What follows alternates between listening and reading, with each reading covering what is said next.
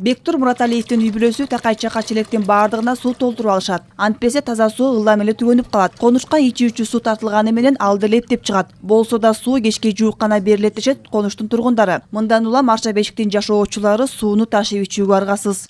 Эң оор абал жайында болот, ысыкта суу аз болот, суу жетишсиз болот.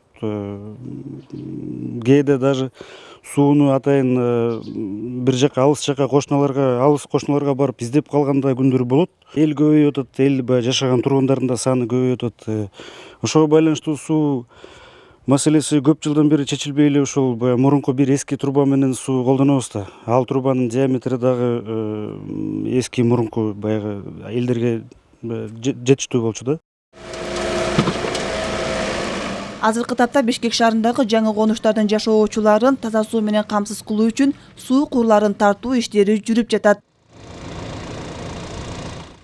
Буга чейин Эртайла көчөсүндө суу түтүктөрүн жайгаштыруу үчүн дээрлик 200 метр жер казылган. Эми куурларды тартуу иштери башталганы турат. Курулуш иштеринин жалпы суммасы 2 миллион сомдон ашык каражатты түзөт. Былтыркы жылы биз Чалбай жаңы конушунда суу түтүктөрүн тартып бүтүргөнбүз. Андан сырткары Мурас Ордо конушунда дагы былтыркы жылы көп жумуш аткарылып суу менен камсыз кылдык. Быйылкы жылы Ак Бата жаңы конушунда ал жерде дагы жайкы мезгилдеринде суу аз болгондуктан водозабордон ал массивке чейин дагы бир суу түтүгүн салдык. Ошону менен ал жердеги маселени чечтик деп ойлойбуз.